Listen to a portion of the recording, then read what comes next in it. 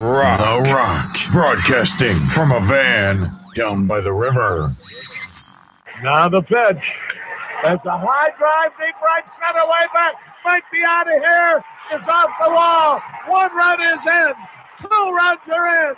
A third man scores. Do you want to hit like a pro? Big Flies, changing the way you play one bat at a time. Handmade, lightweight wood bats, custom designed to individual orders in Chico, California. You can reach Big Flies through Babs Big Flies on Facebook Messenger or simply by calling Kevin 530-513-7371. Big Flies, changing the way you play one bat at a time. Hey everybody, DP here. Tune in Sundays to the West Coast River Report live on Blog Talk Radio as we chronicle all things wiffle ball. Fast Plastic is back.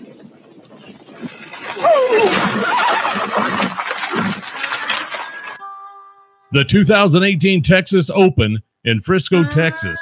Saturday, October 6th, Columbus Day weekend. Battle through 24 of the hardest hitting teams to take home the most coveted prize in the history of the sport. Fast Plastic. We're back bigger and better. $10,000 in a national championship. Register now. www.fastplasticnct.com. Fast Plastic. It's about the game. You're listening to the Fast Plastic Radio Network. It's about the game.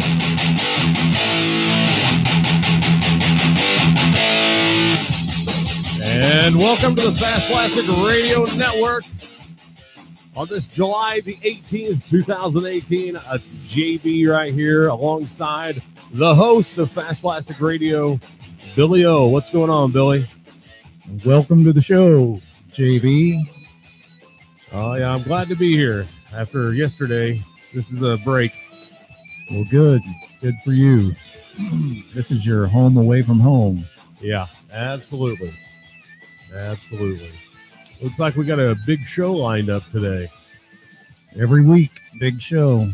I think maybe they get bigger. Maybe they don't. I don't know. It just always seems like something's bigger than the last. So bigger and better. Next week, we got a huge show. How about that? Huge. Yeah, so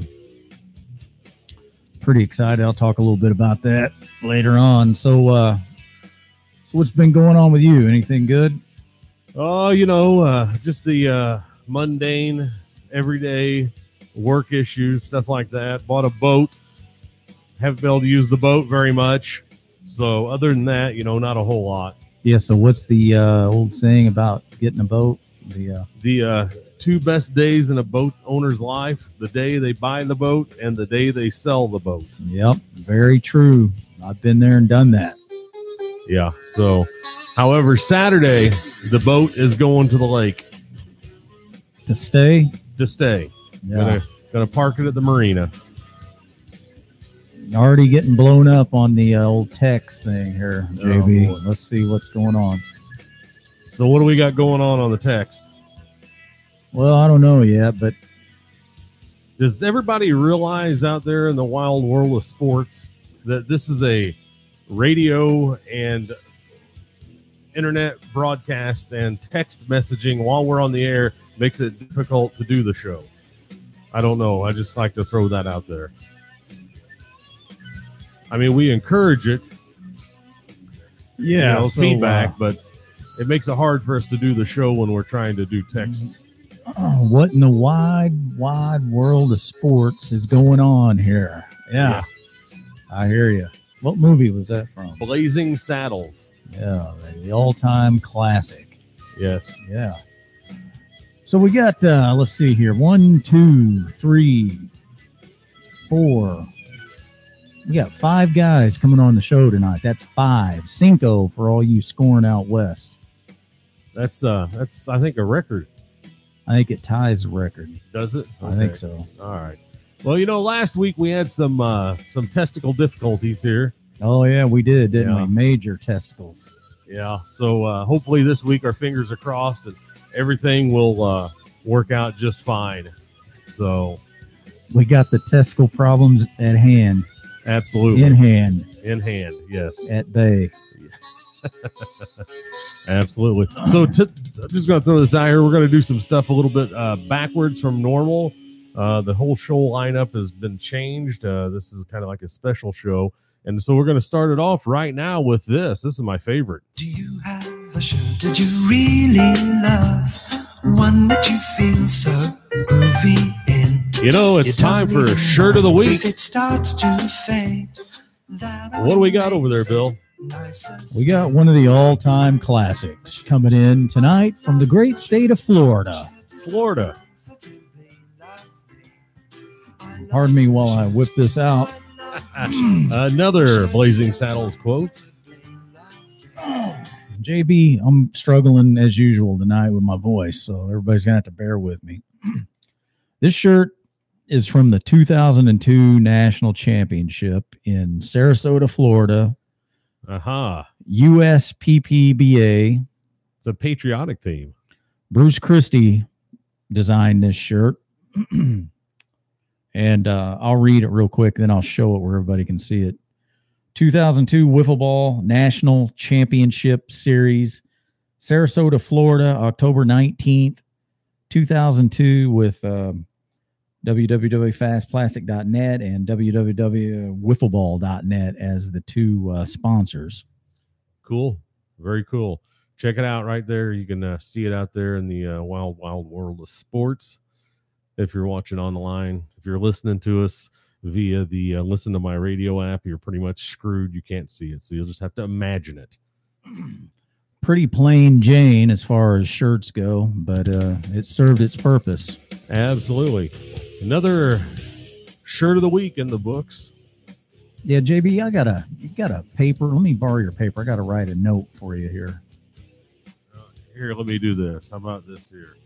We'll just hand over that. Yeah, that way I can keep track of my stuff over here. So, our first guest is going to be coming up here soon. And by looking at it, I don't know where he's from. So anyhow. So I understood that you went to Indianapolis over the weekend. Well, yeah. I went up that way to the NWLA Championship as a spectator. Wanted to see what that was all about. Heard quite a few different stories, a lot of guys talking about it, and I just need to find out for myself what the tournament was about. So I'll talk a little bit about that maybe later on in the show, and we will maybe take callers on that. I don't know. We'll see what happens. Yeah, we'll see what goes on then. Yeah, so our first guest is a guy named Ty McDowell. He's from the great state of Georgia. Down there at the very bottom, Valdosta, Georgia. Runs a league down there. I think first year taking it a bit more seriously to some point, not so serious to another point. So they got some videos out there that you can watch, kind of see what they got going on. I've been told that there may be some higher caliber players headed that way for some scrimmage games against these guys. So that'll be fun. But I believe Ty is the commissioner of the league, and he does a lot of the video capturing and editing, whatever you do to make these videos. Does a pretty good job. So JB's getting him on the line. All right. So sounds like you were saying he's the commissioner of the league down there. He is Mr. Ty McDowell. Welcome to the Fast What's Plastic up, Radio. Fellas? What is up? How are you tonight? I'm doing wonderful. That's good. Preparing for the playoffs, you know. Had a Yeah, little bullpen sesh earlier. Got the wing a little loose. good deal. That's always fun. So what do you throw as a pitcher? I throw it all, really. You can just go down the list. So you throw I'll throw it. the sidearm submarine knuckler that breaks 3 ways. Can you throw that? Only 2 ways. Okay. That's same with me. So we're right there, man. I can make my arm break 3 ways. That's what I feel like. I got to see that. So you run a league down there in Valdosta. Tell us the name of the league and like a more precise location, if you would. Well, we're in Adel, which is above Valdosta, and we actually play in my backyard. So shout out, Dad. And we our league's called the Has Been Wiffle Ball League, and reason for that is it's mainly filled with guys who are high school athletes, or we've got a few college athletes. They're kind of standouts in the league, but most of us are pretty much, our playing days are gone, so we're all has-beens, and we're just coming out there every weekend, having a little bit of fun, enjoying a little bit of competition, and just getting the boys back together. You know, we miss being on the field together, so it's a nice recount of our memory, coming out every weekend and having some fun. Spoken like a 38-year-old veteran player there. So thank you. Yeah. So you say you got mainly high school and some college age athletes. All these guys are from the community, maybe in the neighborhood, and you just kind of have all connected friends over the years, or have you found these guys strictly as wiffle ball players? Well, actually, every single person that's in the league has been a community member of Adel or either Valdosta. We have a couple guys who are from some different Georgia counties, but most of them, I'd say probably 70%, I personally played high school baseball with. So there are really only 2 guys that were known for wiffle ball are me and then the guy who helps me out on most of everything. I like to call him a co-commissioner. He likes the title, but his name's Blake Cowart. He's probably the best one out there. Has a good chance to win league MVP this summer, but we're the 2 biggest wiffle buffs out there. Yeah, there's some pretty good footage, video of him pitching, I believe. He's a taller guy, and he can throw some. Yeah, he can throw. He likes spitting. He does like spitting, and you do a very good job of capturing that. By the way, thank you. It deserves an Oscar. It's an art form. It is, isn't it? So thankfully, he doesn't spit on the ball. So here's a good question for you, Ty. So, you know, when you're talking, your approach is we're has-beens, that's the name of the league and all this, but wiffle ball is perfect for you guys because you come to the realization maybe your baseball career is over. Softball sucks for most of us. You know, doesn't fulfill those cravings that we have for that challenge. So this elevated competitive wiffle ball, we seek it out, and that fills that void. So I would think that the very competitive side of this sport is perfect for you guys. And are you looking, to expand your horizons, or are you just content sticking to playing in the backyard against each other? Well, I spoke to David Wood on the phone not too long ago, and he asked me about coming out to a national championship or the one in Texas this year. And really, I think we could get a solid group of guys together who would want to do that. But, us being so young and on our type of budgets, we'd have to really throw some miracles together. But I think at some point, as long as we keep this league going, then we'll find that passion to expand and try to take our horizons elsewhere between national tournaments or just if anything regional comes up. I think that our competition level with the core group of guys we have is high enough to compete with teams like that. We know there's a pretty good method you could use to try to raise funds for trips. You guys could start a bikini car wash. Yeah. I don't know if you've seen some of the guys out there. Kyle Cook, he'd probably be a pretty good star for one of those bikini car washes. I think he rocks the A cup now. Yeah. But he said, he's thinking about getting surgery or something. So that's a possibility for us. Yeah. But I'm glad you brought that up. I'll definitely put that to consideration. Yeah, just make sure he looks good in pink or polka dots. I think we've tried polka dots before, and that's his style. Awesome. Yeah, well, you have to get that on video so everybody can see that. Oh, don't worry. It'll be on video. Are you guys open to taking challengers? So if there's guys out there, now that are going to see your videos and we're like, hey, you know what? We're not too far from these guys. We want to go over and play a series. So obviously you said David Wood has reached out to you, Royd Toast. But if other teams, other players start getting a hold of you, are you open to that? Absolutely. Great. Absolutely. I think that collaboration is something that we should really expand and try to get more of. And David Wood's a good candidate. I think we're working on setting a date in August for him and a couple other pros to come spank us in Oladale, baby. But I think that if there's any other teams or leagues that are around us, that we would most definitely like to get a game up because we're confident in our abilities. Not necessarily against Old Toast team, but the rest of them, I think we can take them on, make some good content out of it. It's all about the content. Yeah, it is.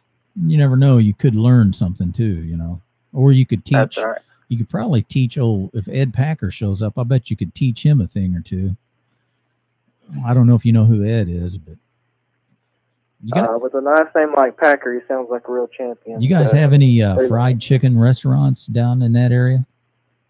Actually, we do. Carter's Fried Chicken is in Adel. Oh, okay. And so if any of you guys ever travel through Adel, you need to make a stop by Carter's Fried Chicken. Right on. All right. It's probably the closest thing to heaven that you'll ever taste. It's the reason why I look like a dad at the age of 19. Oh, okay. Very cool. That makes sense, man. So I watched quite a few of your videos, and I know I've told some other guys, and they've watched as well. And I have to say, you cracked me up a few times in those videos. So tell me, what your inspiration is for the color commentary, and what you're hoping to accomplish and take that. Well, I noticed on YouTube there's a lot of wiffle ball channels, but and they have great competition, great content, but I think they're lacking a certain entertainment value that just keeps my attention there the entire video. So what I wanted to try to do is create this character that not only lets you know what was going on throughout the game, but also provided that entertainment throughout the video as well. And then, like you said, it makes me feel great that you cracked up. That's exactly what I want to hear because that's my goal. I want to be able to keep people laughing and keep their eyes on the video and just make sure they enjoy the whole experience. And if I can provide inspiration to someone else to go out and start a football league of their own in their backyard, then I think that's a really huge accomplishment. Absolutely. Your approach to it when you're doing the commentary, it's very similar to a golf announcer, a guy that's calling golf. Sort of subtle, and I don't know. I just thought it was very unique, and I hadn't heard anything like that in anybody calling wiffle ball games. Not that there's a whole bunch of guys doing it, but it's definitely a good way to go about it. If you don't mind, why don't you give us a little taste of your character there that you created? All right. And give us all a sample of that. All right, here we go. Good afternoon, ladies and gentlemen. It is Richard in my mouth speaking. You can call me Dick. I'm here with the Has-Been Wiffle Ball League, talking to the boys from Fast Plastic. And, we're getting right into the sticky here, and we're discussing some true, real topics. It's like we're on NBC Dateline tonight because, my hands are shaking, my palms are sweating, and I really don't know what I'm saying. But hopefully we can make a good impression on everyone out there listening if you know what I'm talking about. Yeah, very good. Very good. Very good. So, guys, you're going to have to get in there and check out Ty's videos and the Has Been Wiffle Ball League. Tell us, Ty, where the guys can go to find you. So they can go to Instagram at the Has Beens with no apostrophe, because apostrophes are not allowed on Instagram. But on YouTube, we like to keep the apostrophe. So on YouTube, we're at the Has Beens as well. If you just search Has Been Wiffle Ball League, it'll be the first thing that pops up. But other than that, you can find us in our backyard every Sunday. But I'd prefer if you didn't do that. What got you playing wiffle ball? How'd you discover it? So I was a real big YouTube junkie when I was a kid. Still am. It's my main form of entertainment. So I used to watch this league called Caputo Complex Wiffle Ball and FT Wiffle every single day in the summer. I remember he announced there was a video going to be posted at 9, so I was at my grandma's house at 9 a.m. just sitting by the computer refreshing the page, waiting for the next video to come out. And that got me and my brother into playing. So we'd go out during the summer and just play a 7-game series, and just until we started fighting, and then we'd have to go inside. But we just play all day long. And once I found Blake Cowart, became good buddies with him, and found his wiffle ball love was shared with mine. And then that's when we started trying to conjure up these plans to start a league. Okay. That's pretty cool. It was mainly through YouTube. Sean Steffi, he was a big guy. I think he's taught most of the kids today how to pitch. Who was that? What was his name? Sean Steffi. Wiffle Boy 28. JB, you ever heard of Sean Steffi? The name sounds familiar. Yeah. Okay. Yeah. I think I've heard of that guy somewhere. I'm sure you guys have to hear about him every radio show. He's a good guy. He's helped a lot of youngsters out over the years. So he's even has helped me out quite a bit. So he's a good guy. So you got a good mentor, so to speak, there to learn from. Let's see what else was that? JB, you got any good questions for Ty? Anything come to mind? I don't know. I was thinking. I don't know. Yeah. Well, you don't really have a website. Are you planning maybe to have a website or develop your league more, so that it's I don't know if you're familiar with like Palisades or some of the other bigger leagues around the country. Any plans to do anything like that? I think the website could possibly be in our future, but I think that will mainly just be a if we somehow start getting into the local tournaments, like hosting tournaments, that would be the form of which we do that. And also, if we expand our fan base and we start selling merchandise like team jerseys, like we don't even have team jerseys this year, but a few years down the road, if we get thousands of people watching us, then that would definitely be the next step in our progression is to get a website, but not really for the video purpose. I think YouTube serves that fine, but in terms of selling things like merchandise or get to know the league, just information really. But I think the website's out of our league right now. So we're just going to stick to Instagram and YouTube and market through that. Walk us through the process, your process, beginning to end, as quickly as you can, of what it's like for you to make one of your videos, edit, sound, do the whole deal. What's that like? All right. So Sunday, I make sure all my batteries are charged and pray that I didn't forget. Take my camera out, get my buddy to back his truck up to our backstop, set up the tripod, put the camera on it, mic on top, and then I just hit record, and we just play all day. As soon as I get all the footage, I go and load it up into my computer, and I'm a mass media major at a local college here, so I've had some experience with some editing programs. So I'll load up Adobe Premiere Pro, throw some footage in there, find some music, cut all the clips together, and then that's when the magic with old Richard in my mouth happens.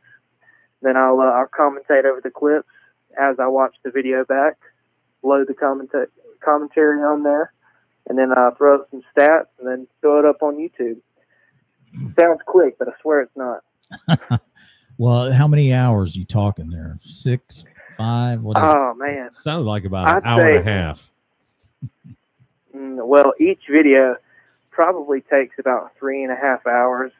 Or if it's a 10-minute video, it'll take at least 3.5 hours editing commentary. And that's not including making all the logos and stat graphics at the end either. It's a lot of work, but you know what? I love it, so I think it pays for itself in terms of how much fun we have out there and how much enjoyment people get out of the videos. Yeah, and in 25 years, when you go back and look at it, you're really going to appreciate that too. Trust me. That's exactly right. So, well, Ty, man, it's a pleasure to have you on and hear about what you guys are doing down there. And, if you ever need anything from Fast Plastic, we're here. And heck, we'll even bring you back on the show later on in the year and get caught up on how things are going for your league. And you never know, maybe see you in Texas. No problem. I appreciate you fellas having me. It's been a blast, and I'll for sure come on later in the year if you guys have an open slot for me. But I really do appreciate you having me. Yes, been sir. fun. Tell us one more time where to go to watch your videos. So you can go to Instagram at the Has-Beens, or you can search Has-Been Wiffle Ball League on YouTube, and you will find us there. Excellent. JB, we want to get a soundbite. Absolutely. I was just debating if we want it actually from Ty or if we want it from Richard. Yeah, how about Richard? We try to capture sound bites from everybody that comes on that states something along the lines of, "Yo, my name is John Doe, and you're listening to the Fast Plastic Radio Network." Are you up? All right. Are you up for that? I think I can do that. Yeah, give us something can do good, that. some good color there. It's all yours. All right. You just tell me when. It's yours now. All right. Good afternoon, ladies and gentlemen. I'm your host, Richard in my mouth. You can call me Dick. You are now listening to Fast Plastic Radio. All right. How's that? That's That'll awesome. work. Thanks. All right. Thanks a lot, Ty. Good luck to you, man. And thanks for coming on the Fast Plastic Radio Network. Yes, sir. Thank you. Bye-bye. All right. Well, he sounds definitely like a colorful individual. He I want does. to check out some of those videos that he's putting up and take a listen to him and watch them, just see how they go. Yeah, like I said, man, I was watching them. It took me maybe, I don't know, a couple minutes before I realized what was going on. And then I started cracking up a little bit, and pretty entertaining. Good stuff. It's a different take, Absolutely. So here coming up next, in a few minutes, got a guy named Austin Berger. He played for the NWLA Championship squad. Wiffle is Life, Will Waves, and they ran the table at NWLA. Really? Up there in Indiana, Michigan, Ohio, wherever it was, and yeah, I watched this kid pitch quite a few games, and got his contact information and figured we'd get him on the show tonight, JB. That sounds like a plan. So we want to run any spots, or you got anything before we get into it? Actually, we'll take a quick break, play some stuff from our sponsors, and get that out of the way. We'll be right back here on the Fast Plastic Radio Network. You're listening to the Fast Plastic Radio Network. Fast Plastic Radio Network.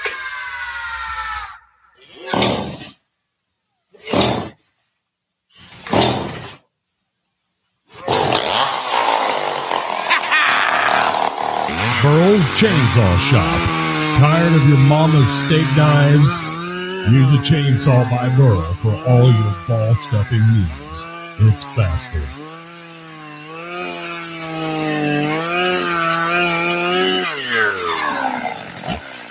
Now the pitch. That's a high drive, deep right center, way back. Might be out of here. It's off the wall. One run is in. 2 runs are in. A third man scores. Do you want to hit like a pro? Big Flies, changing the way you play one bat at a time. Handmade, lightweight wood bats, custom designed to individual orders in Chico, California. You can reach Big Flies through Babs Big Flies on Facebook Messenger or simply by calling Kevin 530-513-7371. Big Flies, changing the way you play one bat at a time.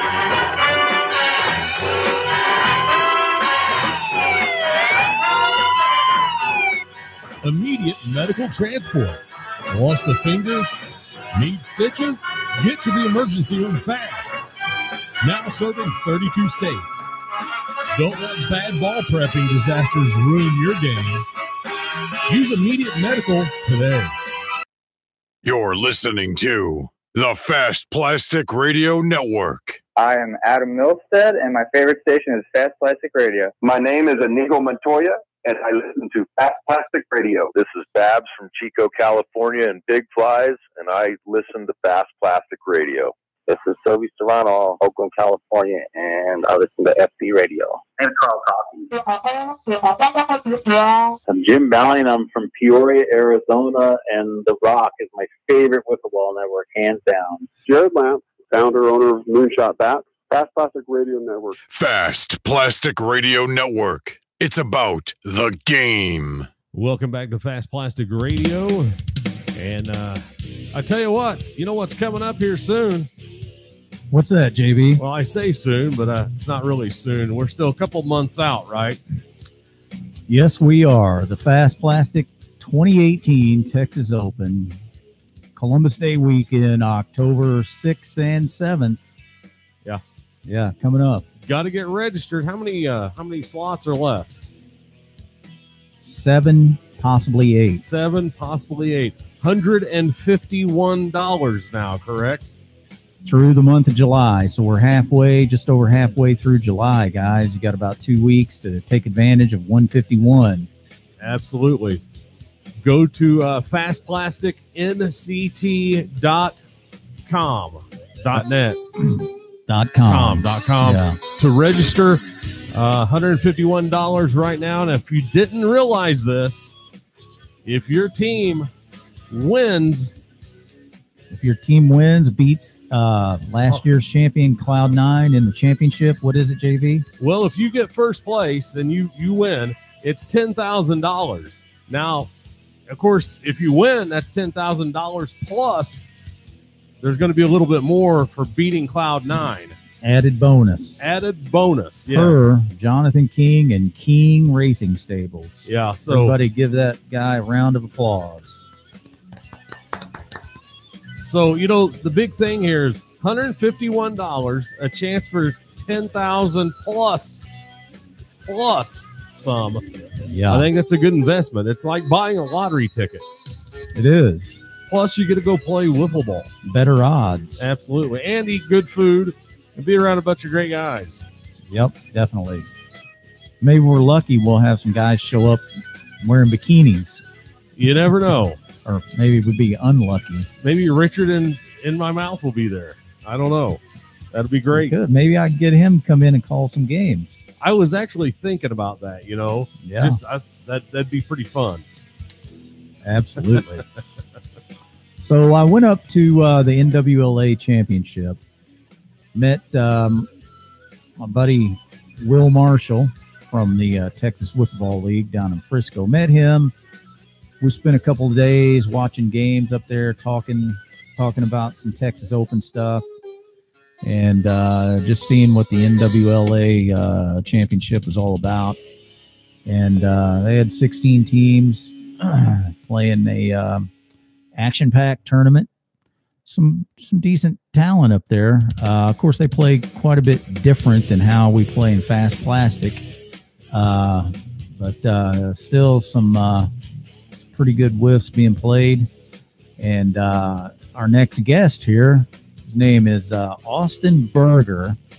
He was on the championship team. He pitched quite a bit, and throughout the day on Saturday, you could hear echoing throughout the ballpark. Let's go, Burger. Let's go. I heard that probably 100 times before I finally realized it was that tall, skinny kid pitching for Wiffle is Life, Whiff is Life League. So, Austin, are you on the horn with us? Yes, I am. Very good. Welcome to the Fast Plastic Radio Network. Thank you. I'm happy to be here. You sound happy.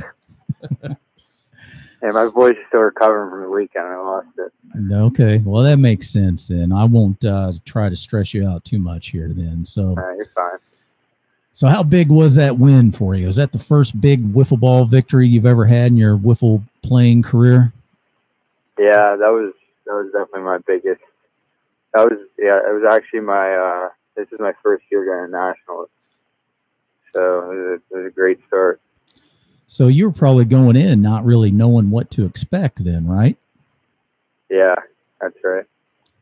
And, I know the NWLA does a lot, on the promotion side. They have all the radio podcasts and quite a bit of scouting and things like that posted on their website. So maybe you had a little bit of an idea, but it's still tough to really gauge it until you show up and you start seeing how some of the other guys are pitching. So when you first arrived on site at the tournament location and you started seeing things, what was going through your mind? I honestly just thought it was like a really awesome setup, like how everything was going on. All the teams, there were a lot of good teams. There were a couple. There was like a majority of our team went last year, so they basically like gave me a rundown of like most of the teams and how the tournament was set up, basically all that stuff. So I had like a general idea, but it was definitely awesome once I stepped on like the field and got to see everything. So I think, did you say that this is your first year playing competitive wiffle? Is that what you were saying? Yeah, I play in the league for a few years now, but we own a medium pitch, so this is my first like fast pitch run. Are you guys using the actual official wiffle ball? We use.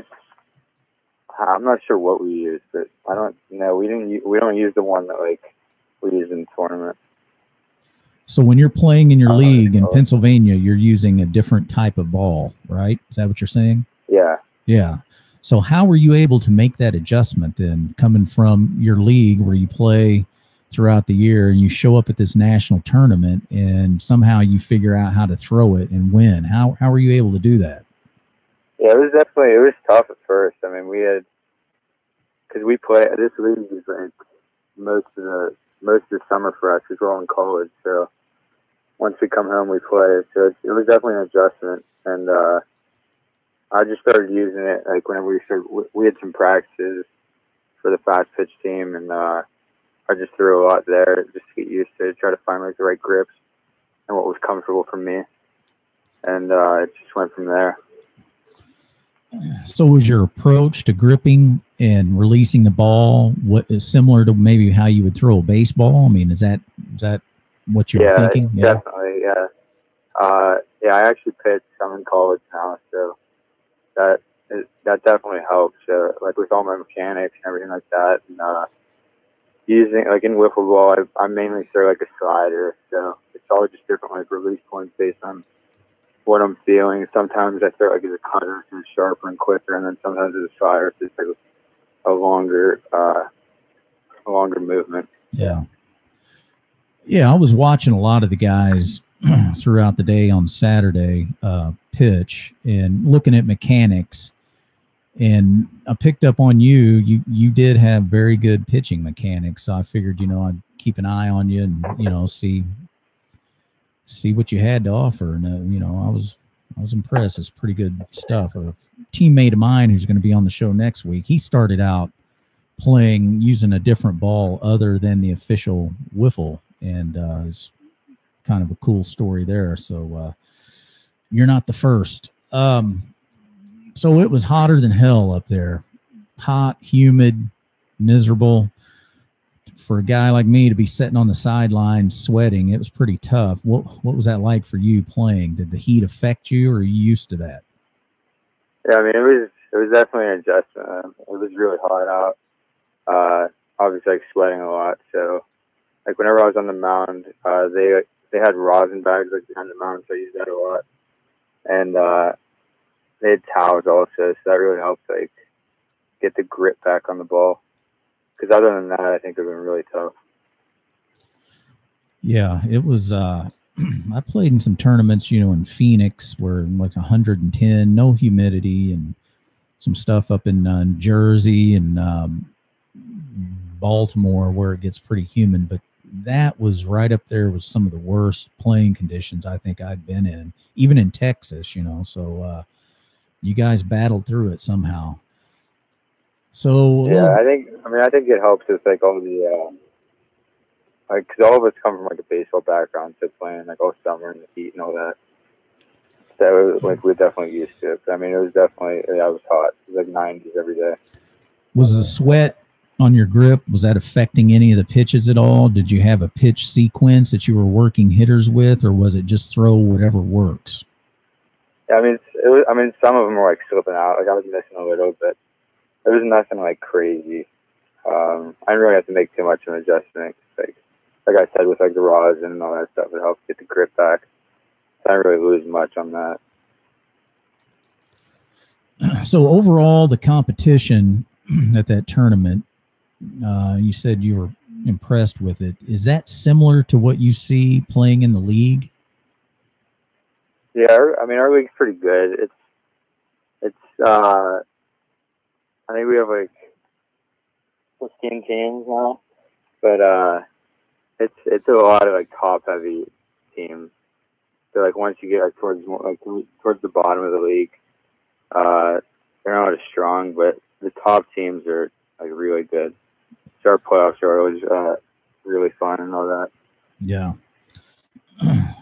Your teammate Jordan Castelli took home the MVP honors, correct? Correct. So what role did he play on your team? He was a huge factor. He's one of our main hitters. He hit leadoff most of the time, and then he pitched a lot too. He was one of our main pitchers, so he played a huge role in the.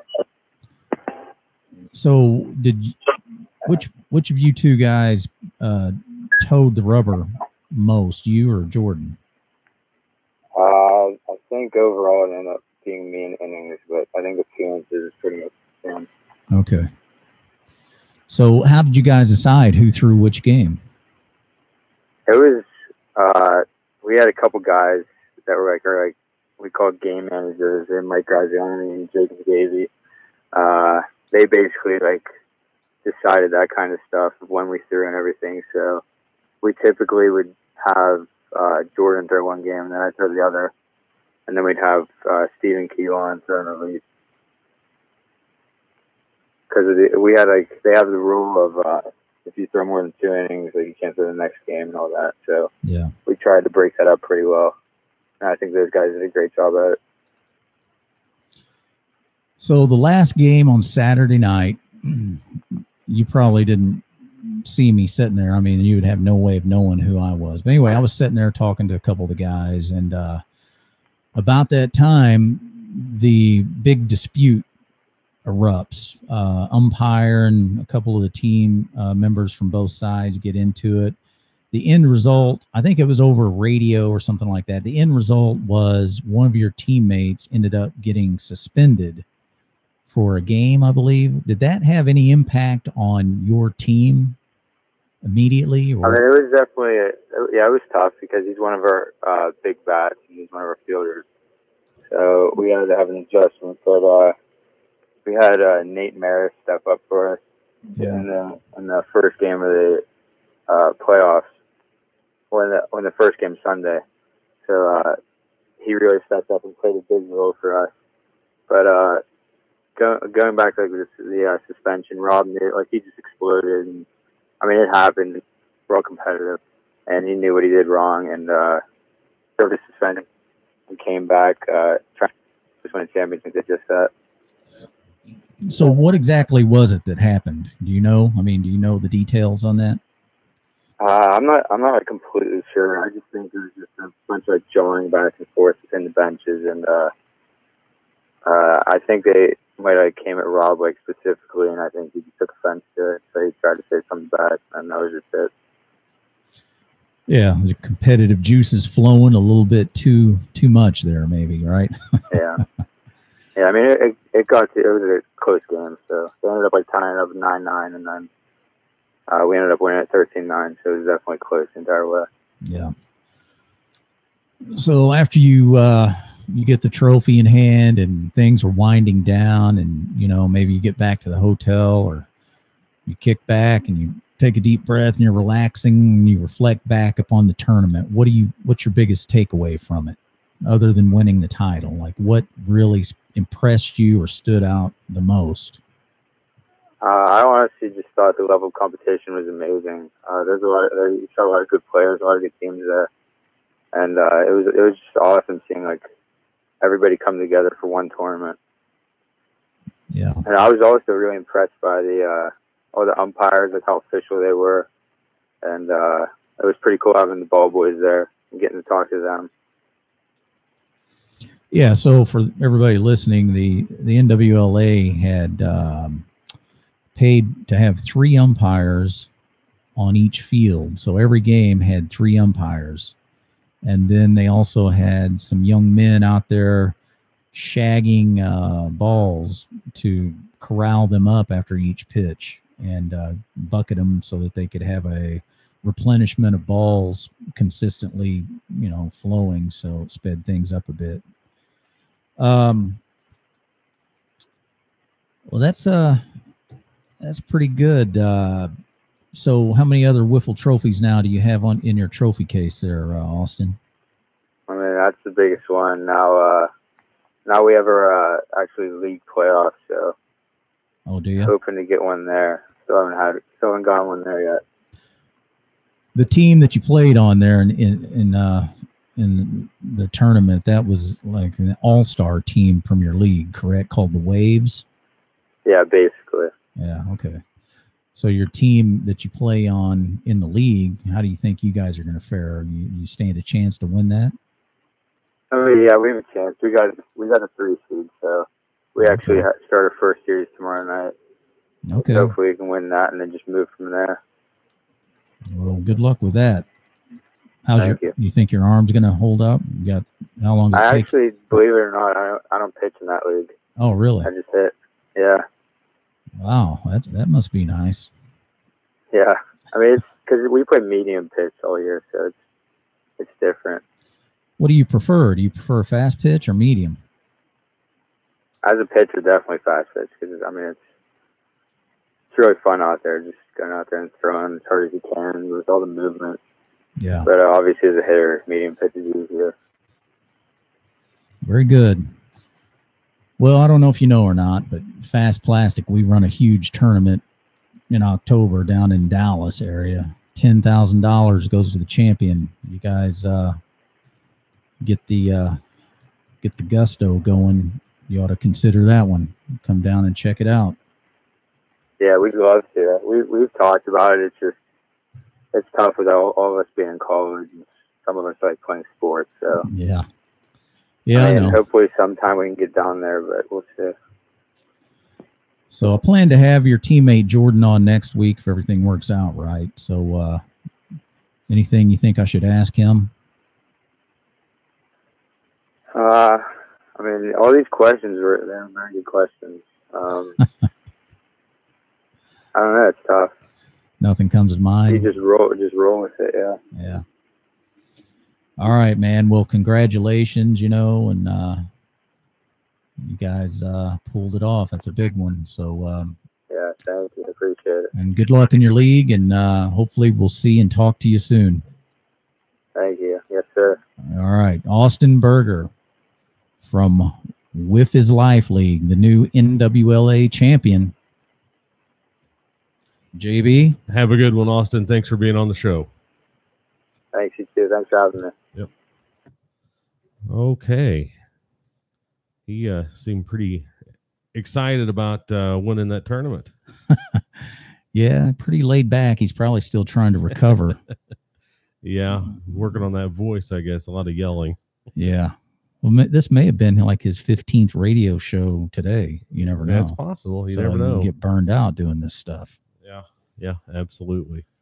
How we looking on time tonight? We're just about right on schedule, just about a minute behind. So with that said, looks like it's time to check in on wiffleballtournaments.com. Is it? Yeah, we're getting there. So let's wonder what old Millsy's doing tonight. I don't know. Hang on 1 second here and we'll get him on the horn. All right. We got a little graphic up on the screen for the 2018 Texas Open. We got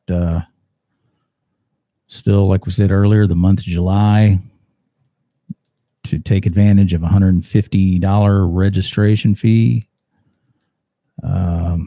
I've been talking to quite a few guys that are still scrambling to fill their roster spots to get registered. I don't expect those 7 or 8 slots to last much longer.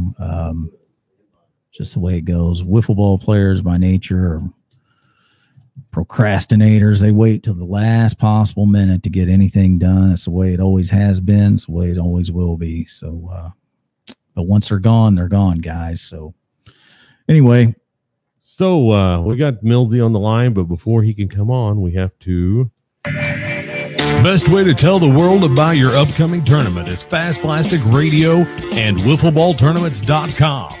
WiffleBallTournaments.com is here to help you locate tournaments all over the nation and find the ones closest to home. If you know of any tournaments that we don't have listed, let us know. We're here to help everyone, players and directors alike.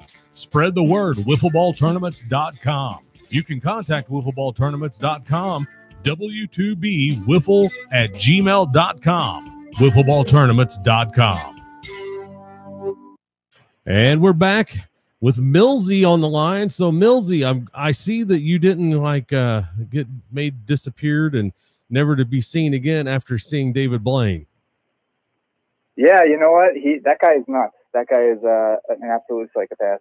Some of the stuff he does, I don't even know how he gets away with it. Well, I don't know if you caught our show last week or not, but we kind of had fun with you about going. Oh, did you not? You know what? I tried to watch it, and I think that part was missing on the replay. Yeah, so it disappeared. Yeah, I guess so. You got a hold of it. So tell us what's going on in the wild world of wiffle ball this weekend across the country. Yeah, so I know you got a lot going on tonight, so I'll try to keep it short. But this week there's 29 events across 18 different states. Wow. And we have Palisades Week 7 in Blauvelt, New York on Sunday. That's fast pitch scuffball modified bats. And the game of the week is the Brewers versus the Giants, and that'll be on at Facebook Live at 12:20. Next, we have the London Wiffle Ball Tournament, and it's their 20th annual. It's in London, Ohio, and that's on Sunday. It's medium pitch, unscuffed yellow bat. After that is the Chris Villa Wiffle Ball Tournament, and it's their 10th annual. That's in Sandy Hook, New Jersey. It's fast pitch, unscuffed yellow bat. And actually myself, Connor, and Jordan Robles are all going to be going and playing as Soup Kitchen. Next is the Cedar Park Medium Pitch Tournament in Cedar Park, Texas. After that is Brew City Wiffle Ball's Medium Pitch Tournament in Milwaukee, Wisconsin on Saturday. And that's a medium pitch, unscuffed Easton Pro and Louisville Slugger bats, and it's also run the bases. Then we have South Lake Wiffle Ball Classic. It's their 3rd annual. That's in Farley, Iowa on Saturday, and I couldn't actually find any rules on that one. After that's the Sterling House Community Center Wiffle Fest, and that's in Stratford, Connecticut on Saturday. I also couldn't find rules on this, but I did see first place wins $300. Then is the Wyatt Fisher Memorial Wiffle Ball Tournament in Spivey's Corner, North Carolina on Saturday. That's a medium pitch, unscuffed, yellow bat, run the base, and it's hosted by Miffley Inc. League.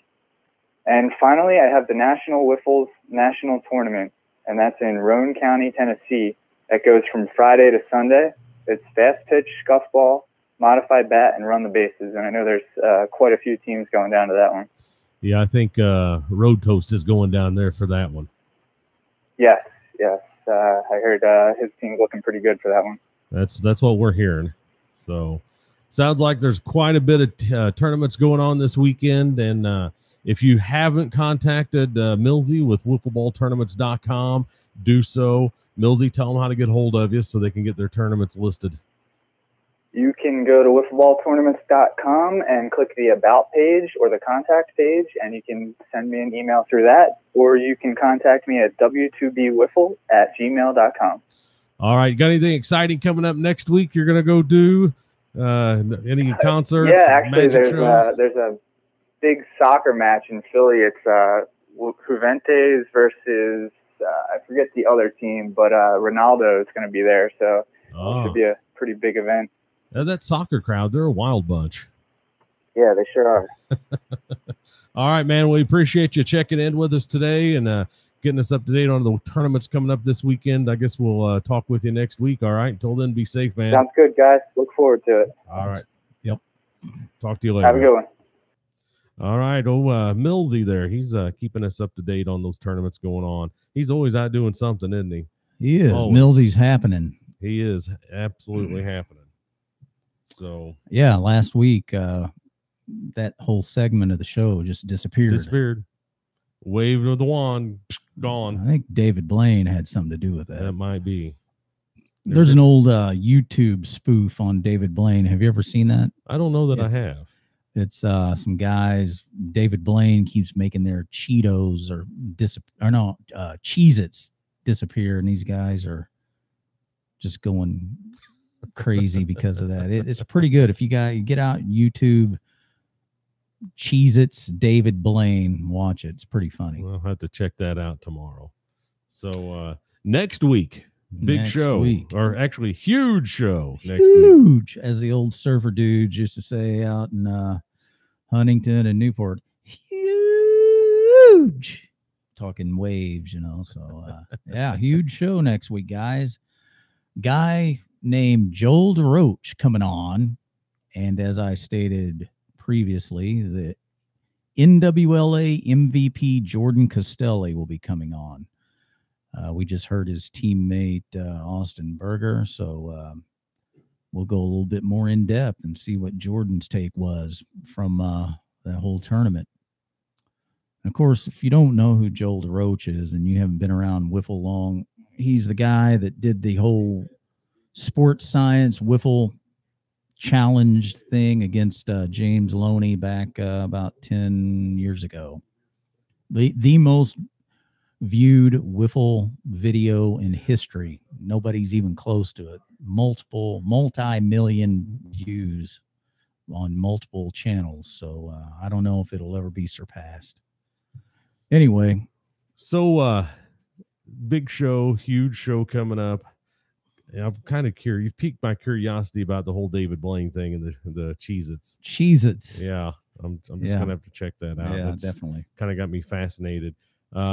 So we have our next guest on the line, and I'm stalling for just a minute because he was not quite ready. So he needed about a minute and he would be ready. But our next guest is Matt Griffin. Matty Griffin. And he is from... He's going to tell us where he's from, but he's up around Boston area. Boston. Okay. He is. You there? Absolutely, Matt. You're on Fast Plastic Radio. Welcome to the show. Hey, thanks for having me, guys. Great to have you on, Matty. How you doing tonight? Doing well. Just got back from vacation, actually, last week, so still getting my bearings. But yeah, how was that? It was good. But my recommendation is 2 weeks, one for vacation, one for recovering from vacation. Yeah, if everybody's fortunate enough to have that much time, I agree with you, man. Yeah. Yeah. So where are you located? Up there in Danvers area, correct? Yep. If you want to be specific, yep. I actually live in Danvers. Couldn't be more than a 3-minute drive from where Golden Stick plays. Right, Danvers, Mass. I was up there, and I think you have like a wiffle type country club in your house, right? Yeah, I have a couple dogs, both black labs, so the house has been named the Black Dog Country Club. Yeah, that's what we're it. most well known for. Pretty interesting, to say the least. I did something like that back years ago when I lived in Texas. In my yard, I had like a wiffle golf course out in my yard. It was quite a bit of fun. So I'd have tournaments and guys over. So, all right. That's so how Lou Levesque started with the whole Golden Stick, just backyard tournaments. Yeah, that's how it usually all starts. That's how it starts. Yep. So remember the names returning to Texas this year after how many years? 10 years, right? Yeah, it's been a while. I think 2007, I had played with the Danas, Judd and Justin Dana, and Maury was our first appearance as Remember the Name. Really? For some reason, I don't remember that, but I'm going to have to go So, back. yeah.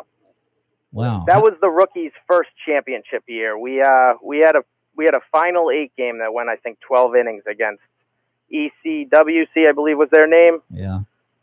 We ended up getting past them, but then the Knights took us down. Yeah, ECWC was San Diego based team. Yeah, they were pretty good. They were. Yeah. So I know you've been kind of holding out on your roster, so you want to, right off the top here, tell us about your team, your players, a little bit about each one, and what you're expecting to accomplish this year at the Texas Open.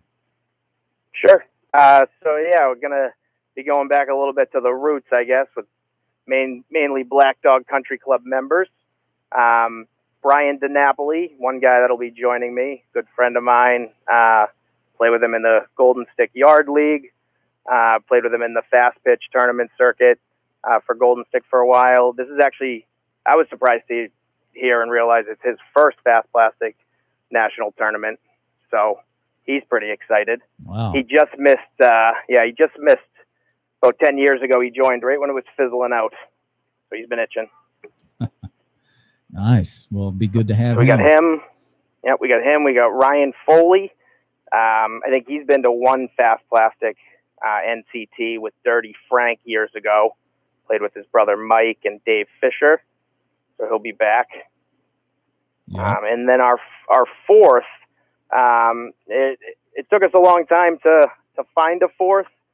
He would have been available to come on the show. I don't think he's going to be available till like 9:30 though. But I guess just to let the cat out of the bag, young Daniel Haverty will be joining us to round off the roster. So, okay, I know Dan pretty good. Faced him a couple times. Pretty nasty. He is. Some people might not know about Danny and me, actually, is he got into wiffle ball by joining one of the youth days that Lou runs for Golden Stick. Him and a couple of his friends, probably around 12 years old, showed up.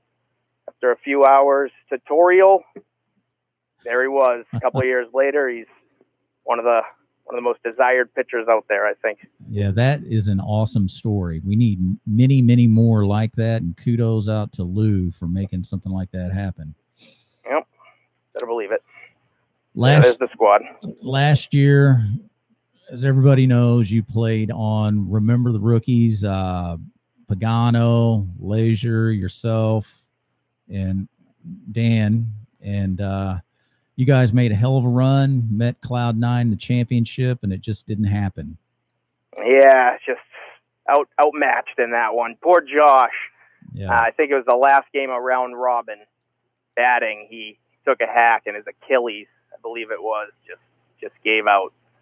And, he battled through it I think he came in for relief in our final 8 game, and then he pitched, obviously, the final 4. But he was basically had no legs to push off, so he was all arm, and, as you know. Yeah. So one thing I wanted to ask you, because you've been playing at a very high level for quite a while. When you play in a league and then you play in highly competitive tournaments, in my opinion, you're a different kind of player. If you play in a league, it takes a certain skill level, abilities, but to step it up and play in these super highly competitive tournaments is a whole nother level, a whole nother step up. Do you agree with that, or do you have a completely different take? No, I do agree. I was the king of regular season first place in the Golden Stick for a long time, but not ever getting it done at the end. It's just the playoffs is what it's all about, It's the marathon, not a sprint in the league play. The tournaments, that's a gauntlet like no other, especially the fast plastic ones, getting through those. I remember talking to you sometime last year, and you said you were excited to get back down to Texas because you still don't have a Texas title in your trophy case, and you came close. That is man. the one thing. Yeah, the one thing I'm missing. I actually, when I was going over my previous tournaments, I didn't realize that. I guess it's a good stat. I've been the last 4 Texas tournaments. I've made it to the final 4 in 3 of them. Yep. But 2 finals in there. But yeah, we got 1 more to go. Yeah, 2008, in my opinion, is probably your highest profile tournament. That championship game, 603, remember the name, captured by Brett in his documentary. I mean, that is like an all-time classic game. Anybody that has not watched that game, first of all, you can't be a fan of competitive wiffle ball if you haven't seen it. There's drama, there's great hitting, great pitching. It just has everything, and you were a big part of that, Manny. What's your any memories from that game stand out?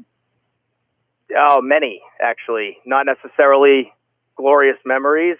Obviously on the wrong side of that outcome, but yeah, I remember it like it was yesterday. Striking out in the last inning, bases loaded. I feel like it was like last week. So learned a lot from that game, but yeah, that one will never leave me. Yeah. Yeah, I didn't want to rekindle any of those bad feelings. Yeah, it's all right. At this point, 10 years later, I think it's safe to say that I can finally get over it and look at the 603 guys without boiling. And then, like we said last year, similar situation. You came close, didn't happen. What are you going to do different this year? What's your approach? New strategies? So I think that we really managed the tournament last year to perfection. We did exactly what we wanted to do.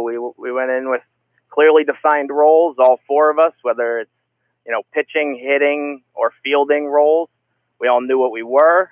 We got the ball to Josh, and I would have loved to have seen what would have happened had he not suffered that injury. But after doing these tournaments it started in 2001, but Fast Plastic 2004.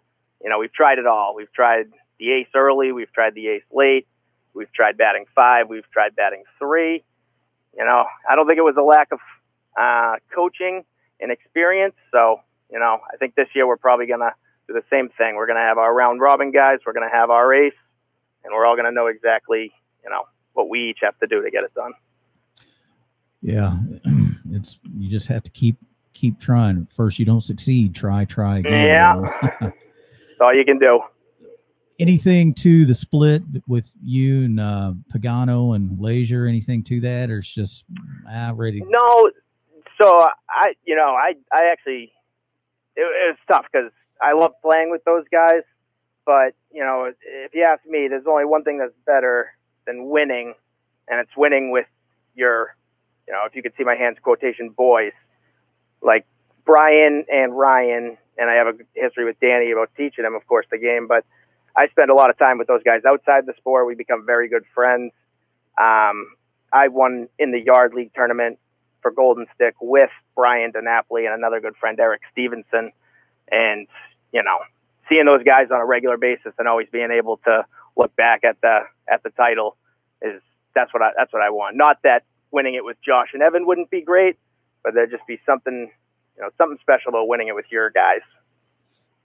Yeah, you mentioned some of the other venues you've won. Tell us a little bit about your trophies. What are your accolades that you've got stacked? I know you've got quite a few. So yeah, so I guess the big ones, there's some Golden Stick tourneys here and there, first places, finals appearances, but I got 3 of the medium pitch titles that I won, 2 with our throwbacks team and one a few years ago with Brian. And then 2 years ago, the Black Dog Country Club took down the Golden Stick Fast Pitch Open, which isn't quite the Texas tournament, that's for sure. But that was good to finally get that done.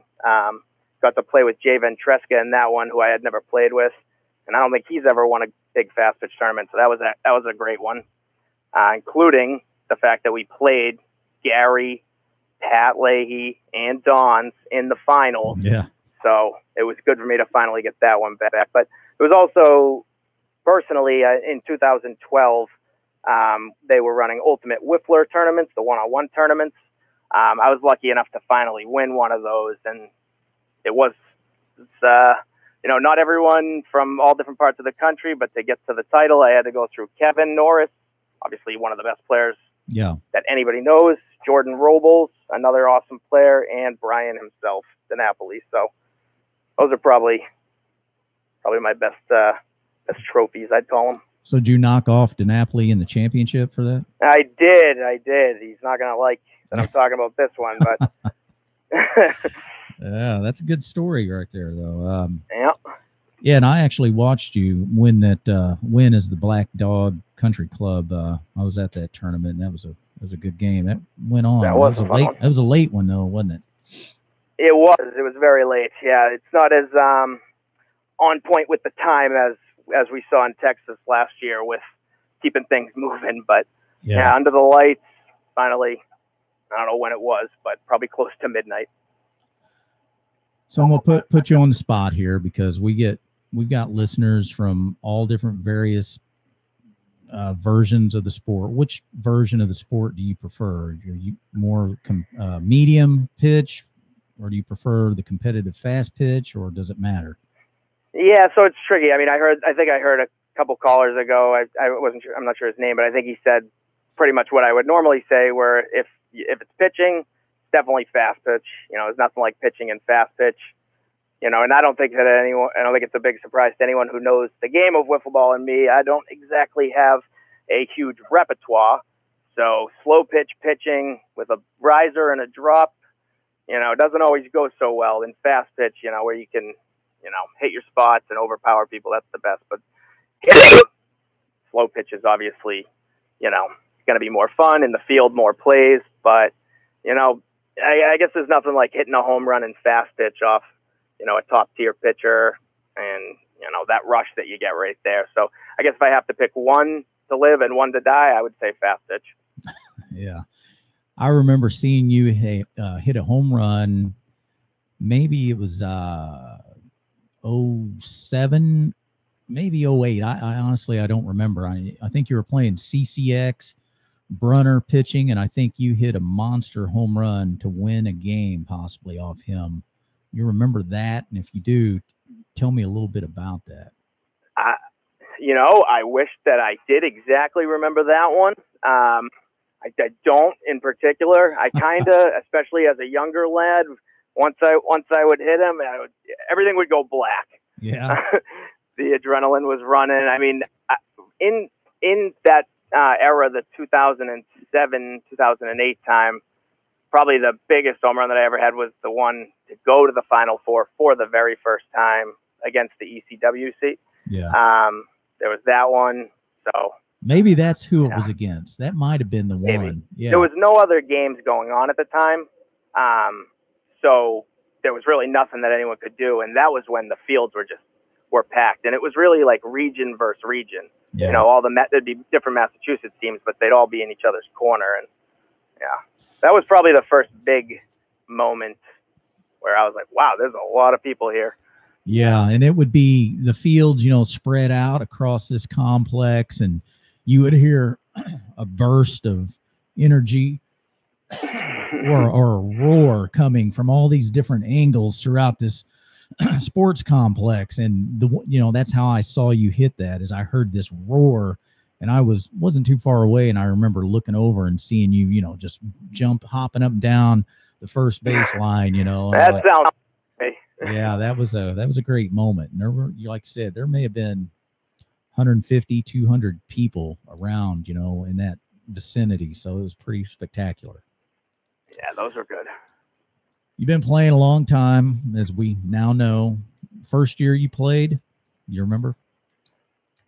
2001, I got into some medium pitch tournaments. I joined Golden Stick in 2003. And then I don't know if this name would ring a bell. The first tournament I ever entered in Texas, I think, was 2004. We were called Mass Murderers Row. Yes. I would like to think that we were the first super team out of New England that combined. We combined the Rochester Red Wings. Do you remember Freddie K? Remember that guy? Yeah, I do. He was as good as it gets back in the time. Riser that would cut the grass. Yeah. So we joined the Red Wings. Yeah, and we grabbed Pat Leahy, my brother Mark, and wasn't the greatest tournament. We were one of the first teams eliminated, but that was where it all started in 04. And then it went to Golden Stick Blue for a few years to the Remember the Name run. Yeah. Lou tells me a story. He's told me a couple of times. Excuse me. It's a great story, but basically how he kind of discovered you. Are you familiar with this story? I'm sure. I am. He was our waiter. Tell us that story. It's a great story. Yeah, the Outback Steakhouse, if you're familiar with it, actually. We were, my family was probably there for a birthday.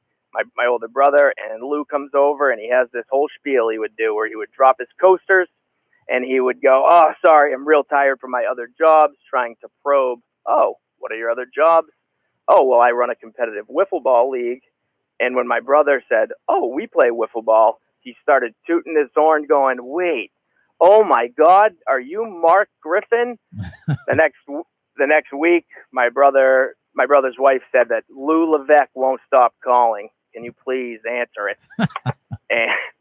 and my brother Mark joined his revolvers team. I went down to the field to watch Joe Love. You must remember Joe Love. Yeah. He was in the league, and I joined his team on the Pac-Men, and then that's where it all started. The Outback Steakhouse, Lou Levesque, you guy could sell ice to an Eskimo. Yes, he could. That is an all-time classic story right there. Yeah. Seems like a good sale for him. Yeah, we should all get together, have all of our stories consolidated and put into some kind of a book, because it would be some great reads, definitely. Oh my God, yeah. For sure. So you've been playing a long time, tons of experience. You've seen a lot of great players. You've faced many. I'm seeing a lot of youngsters. Two guys that's on the show prior to you tonight, young guys coming up through the ranks. So what advice do you have to offer to these young guys, to promote longevity, improve their game? What would you have to say? Yeah, so this was actually, that's a good question. The obvious answers are, take care of your arm. Can't even begin to say the amount of pitchers that I've seen since I've been playing that would throw absolute smoke at the beginning of when I started, and they have a hard time throwing the ball now. You feel like you got a rubber arm and you feel invincible back when you're that age. In your backyard, you can throw all day, but it'll add up. I remember, everyone, I felt like all the good pitchers, I remember, I think Bruner did it and Joe Nord did it, where they logged tons and tons of innings. Kevin Norris did a 40-inning tournament once. Recovering from those is not easy. So, make sure you guys got a lot of arms, you're stretching, you're warming up. Obviously, got to do those things, but, that's basically what I would tell you. Have fun, play with lots of different people if you can. That's what's kept me in this, is always having new teammates. I mean, the people that I've met through playing this sport is really the best part of it all. So, be open to playing with new people. There's so much stuff that you can learn, and you'd be surprised. Yeah, that's good. That's good advice. I wish I would have had more of that when I was a youngster coming up. Honestly. Yeah, some of us have to live and learn. Yeah. So what do you have coming up playing wise? How are you prepping for Texas, so to speak? Yeah, so we just Brian had set up a nice little bullpen for the Black Dog Country Club. I was just out there throwing today, getting my first little bullpen session in. Got to get back to the basics here. We got to go to the gym. Certainly not like the 2008 years when I was a college student and you had nothing to do but go to the gym 3 times in a day. So, got to build that arm strength. Danny's actually been asking me a lot, when are we practicing, which I love to hear. So, got practice probably within the next week or two, and less than 3 months. Yep. Time's ticking. I actually felt like it was further until earlier today. I was like, whoa, we're less than 100 days, that's for sure. Less than 3. Yeah, I did the exact same thing. I'm not kidding you. It just kind of hit me today. Like, wow. Yeah, it sounds far. Yeah. But all of a sudden you're like, I guess it is middle of July. Right. And time flies this time of year. Time flies, yeah. Well, man, Matty Griffin, one of the all-time greats, guys. Really good to have you on the show. And yeah, glad to be here. It's an honor. We're looking. I could have only dreamt that when I first started my career that I would make it to this point on the show. Yeah. How about giving me a soundbite? Are you good with that? So here's an old one that any of the Golden Stick guys might not remember. How you fire? All right, very good. Well, thanks again. You have a great night. Yep. And appreciate it. You guys do the same. You need anything? If you need anything between now and Texas time, just let me know. I will. I appreciate it, Billy. All right. Have a good night, Maddie. All right, you guys have a good one. Take care. Okay. Maddie Griffin. Yeah, good call. Yeah. Good call there. Excellent. A lot of history there. Yep. He's a real competitor. He's been in some big games. It sounds like it. So we're going to take a quick break. We got to get some sponsors covered. We'll be right back. When we come back, our next guest is going to be Eddie Martinez right here on the Fast Plastic Radio Network. Stick around. Don't go anywhere. We'll be right back. You're listening to the Fast Plastic Radio Network. Fast Plastic Radio Network. Hey, everybody. DP here. Tune in Sundays to the West Coast Wiffle Report live on Blog Talk Radio as we chronicle all things wiffle ball.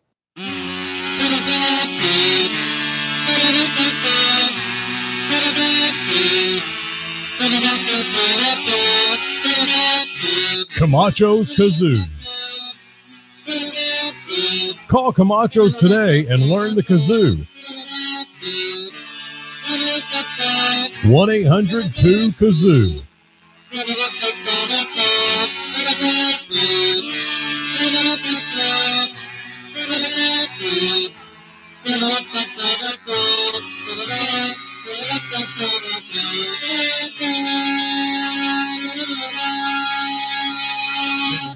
Defending Texas Open champion, and you're listening to 93.5 WROC The Rock, home of Fast Plastic Radio. Welcome back to Fast Plastic Radio. I'm JB alongside your host, Billy O, and West Coast Wiffle Report. That's right. The WCWR, Jim Dalby, old DP. He's occasionally putting some good stuff out there to listen to. You can check him out on Blog Talk Radio. Absolutely. Be sure to check him out. How do you think the show's going so far tonight, JB? I think it's going pretty good. We've had some good callers, good guests on here tonight. I haven't gotten any kill signals from you so far. Yeah, that's really good too. So it's good for the show. It is. Yeah, it is. We don't have any disappearing acts tonight. No, not at all. So a little bit later on, guys, since we're doing such a good time on time tonight, we'll be able to take some callers. So you got anything you want to talk about? Drop us a line. We'll put that number up later. Can't be taking calls now because you will cause us to fall behind schedule. Coming up, we got Eddie Martinez. He's a big player up in the Palisades, WBL. Does a podcast for him, and very knowledgeable player. Good guy to have in the sport, definitely. Eddie Martinez has a son that plays. I think is going to be playing down in Texas with Johnny K, Mr. King. Eddie. Hey, how you doing, man? I'm doing great, man. This is fantastic. I'm on Fast Plastic. It's a good day. Yeah, it's good to have you on. Welcome to the Fast Plastic Radio Network. How's all things going for you up in where you're in New York, right? New York, yes. Playing the Palisades. and I'm in the playoff hunt, so I'm very happy. Yeah, that's always good. Tell us about your team. I have the Palisade Royals, and my ace pitcher is Oliver Avalon. I picked him up via trade maybe a couple of years ago. I think it was a Jimmy Cole trade. Oh. And basically, I had acquired Jimmy Cole in the Ryan Bush trade. I mean, it's a domino effect. Basically, when I came into the league, I found out the hard way that Palisade is the real deal. You need one and definitely two ace pitchers if you're going to compete. So through the draft and through trades, little by little, I was able to acquire Avalon, and this year I picked up Vin Leia in the draft, which might be a name that some of you guys have been hearing about lately. He's a young kid. Yep. I think they clocked him at about, I think it was 87, maybe. It was the top speed last week, and he's still getting better. Hitting wise, I got my son, who's probably one of the better hitters on my team, Nick Martinez, and I have a softball / wiffle ball star, Freddie Gonzalez, who doesn't always make it to the field, but when he does show up, he hits some big home runs, and we win. Yeah. And I also got, one more, Anthony Bevilacqua, who is a veteran of the league, and he's an incredible fielder, and he'll give you fits when he's at bat. He'll work the count, and he'll slap the ball, and he gets on base. So overall, we're holding our own this year. Yeah, I've been following you guys, so it's really pleasing to be able to go to the Palisades website and see the statistics, the schedules, win-loss records. For a baseball junkie, I mean, what's better than that? So you guys do a really great job with that. And by the way, Eddie, I don't know if you know this or not, but you're going to be famous now because you are in the very first installment of This Week in Palisades WBL on the Fast Plastic Network. How about that? Fantastic. Yeah. Sounds good. So you do some podcasting for Palisades. Tell us a little bit about that. Well, last year and the year before, I started writing articles for the Palisades, and I was getting some positive feedback. Guys were enjoying it. I get some negative feedback sometimes because guys don't always agree. Wait, hang on. Wait a second. In wiffle ball, you got guys that sometimes don't get along or disagrees or negative. You're kidding me. Let me go back a little further than that, if you can. Okay. When I first got into the Palisades, this writing of wiffle ball articles and things of that nature were pretty new to me when I joined. I don't know, about 4 or 5 years ago. And what's funny is that I would get up on a Monday morning or Tuesday morning or whatever, and I'd read the article that whoever it was that was writing it at the time, maybe Tim Teneri and Jason Paraskevas, and they trash you in this article, and I'm sitting there eating my breakfast, all pissed off, reading this article, and it motivates you, man. It makes you want to go to the field and prove guys wrong and step your game up. It adds to the intensity of what goes on in that field. It's great. So, I started doing these articles, and basically, I was speaking to Brett and some of the guys in the chat room, and I said, hey, why don't we try a podcast? I just felt like you can get more out there as opposed to just putting it in words, and not only that, you give guys that opportunity, to speak and defend themselves, as opposed to maybe on an article where I'm saying something guys don't agree. You're on the podcast, you don't agree with it, give it to me right back. So it's a very, very useful tool to get the most information in and out. Yeah, right. Besides, controversy drives ratings, right? Well, yes, this is true. But I'm always careful with my predictions because I know if I'm facing a team, I don't want to piss them off. Yeah. You don't want a Ryan McElrath upset at you when you're playing them. Yeah, pretty intense. Him and his brother just took down Mid-Atlantic, right? Took down that tournament. Yeah, man, those guys are the real deal. I'm glad they're getting some good exposure out there, and they're able to travel to different places. They're incredible competitors, and they can hit, they can pitch, they can field. Man, they can do it all. Those guys are good. So I've got 3 questions, pretty loaded or heavy here for you. Since you are a Palisades insider, so to speak, I'd kind of like to get your take on how you feel the league has been going to date so far.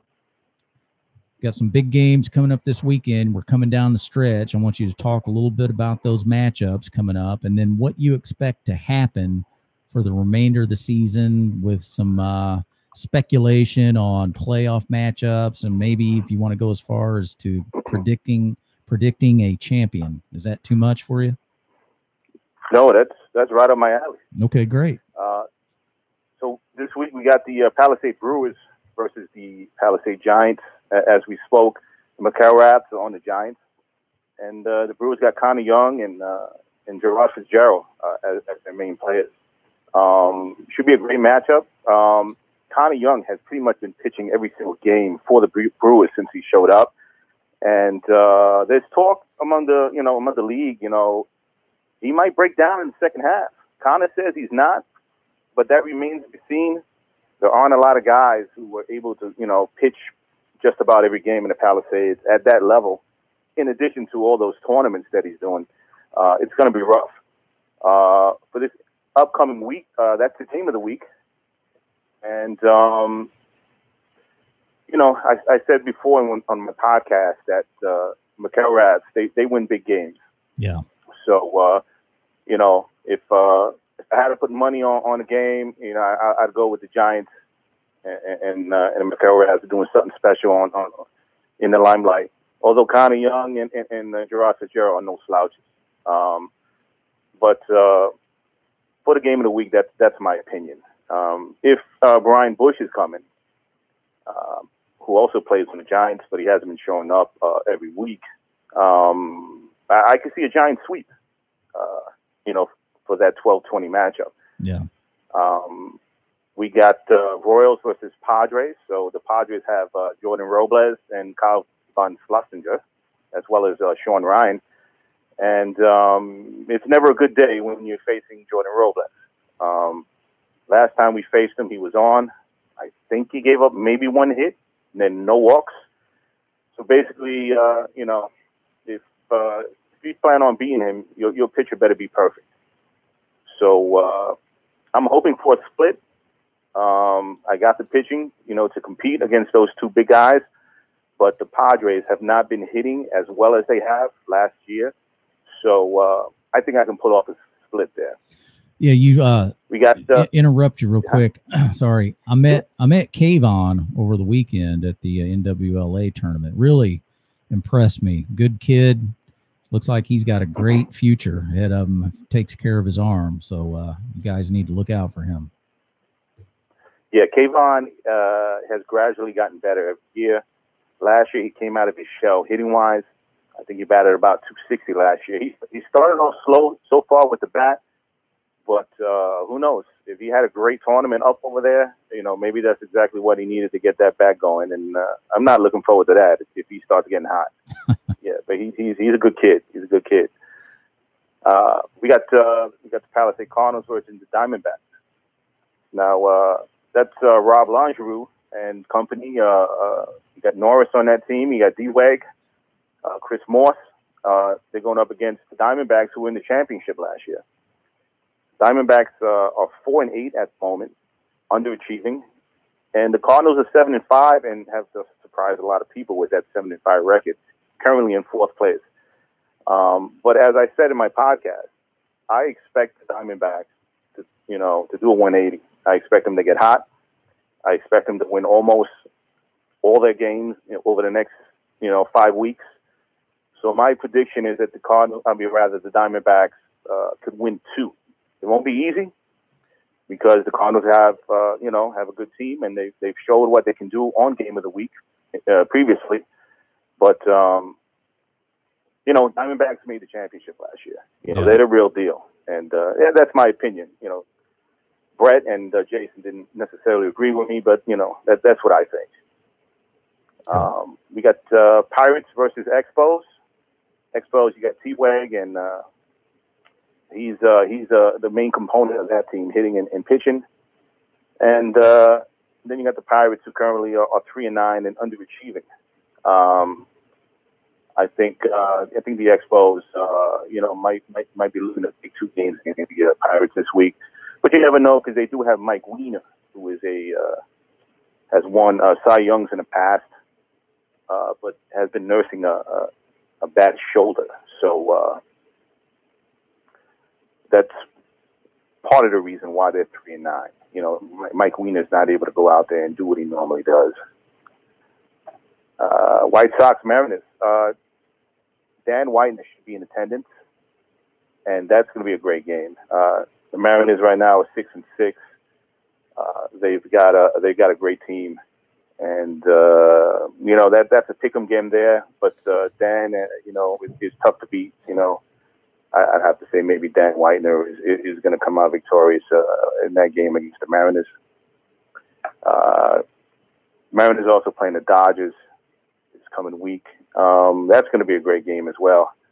As I mentioned in the podcast, my last podcast, the Dodgers are the standard by which most Palisade teams, figure out what they're worth right now. I just won the most games last year, and they won the most games this year. So you go out there, you have yourself a great game, and you can beat the Dodgers. You head in the right direction. Yeah. I think that might cover most of the games that's coming up this week. I think the top 2 teams by year's end will be the Dodgers and the Giants, the McHale Raps. Yeah. I think they'll be battling each other maybe in the championship. So my question is, are these the San Francisco Giants or the New York Giants? And is it the Brooklyn Dodgers or is it the Los Angeles Dodgers? San Francisco, I believe. Yeah. I believe they're the San Francisco Giants. Okay. I'm not even sure. They got San Francisco colors, so I think they're the San Francisco Giants. Well, if it turns out that ends up being the World Series there for the title, that's going to be a hell of a matchup. We'll be pulling in some great ratings for that. I can't wait. Yeah, that's going to be. I mean, Tim Ternary from the Giants right now is having himself an MVP season. He is, I think he's about 40 years old. And he's still out there striking out these 20-year-olds at the top of the game. Yeah. He's a bulldog. I've heard a few guys say, though, the Cardinals are sandbagging. Do you think there's any truth to that?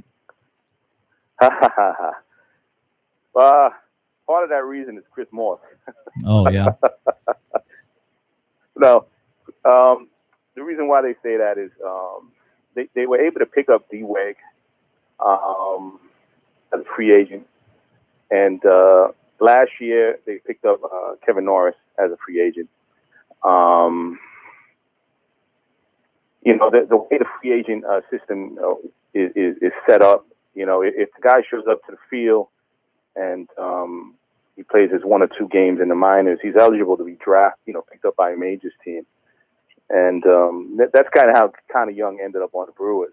The Brewers just so happened to be low in the standings, kind of showed up, played his games, and then they were eligible to draft. So maybe that's why that perception is there with the Cardinals. They were able to to pick up a couple of big guns, be a free agent. Yeah. And not be at the draft. Okay. So big game of the week coming up, guys. You can check it out. Palisades WBL Facebook live feed. Always exciting to watch that. And Eddie, tell us how we can listen to your podcast. Well, Brett is doing a new system. Basically, he'll post it on the Palisades website. Okay. when it's posted, you can just pretty much click on and and listen on in.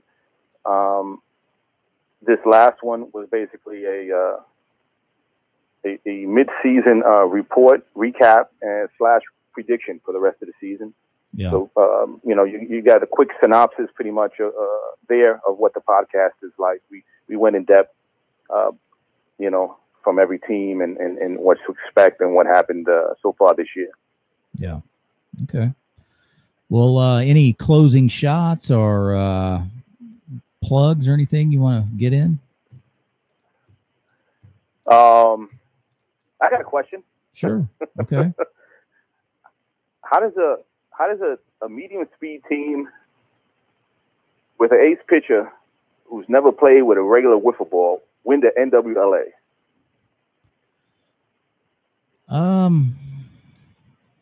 That's a good question. They throw 90? Did the kid throw 90? You were there. I didn't see, in my opinion, I didn't see anybody throwing 90. I didn't have a gun in front of me either, but I did not see that.